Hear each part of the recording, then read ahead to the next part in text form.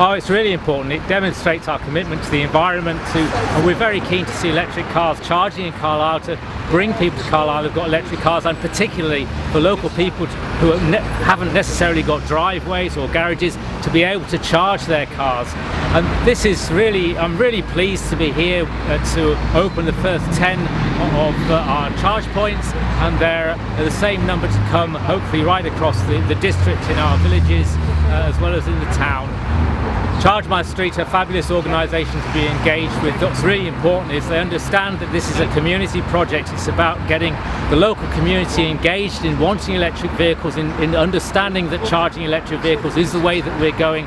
And Charge My Street are extraordinarily good at speaking, talking to and engaging with the local community, and it's got to be a local community matter. We're all involved in climate change, we can't help it, it's here, and electric cars are coming.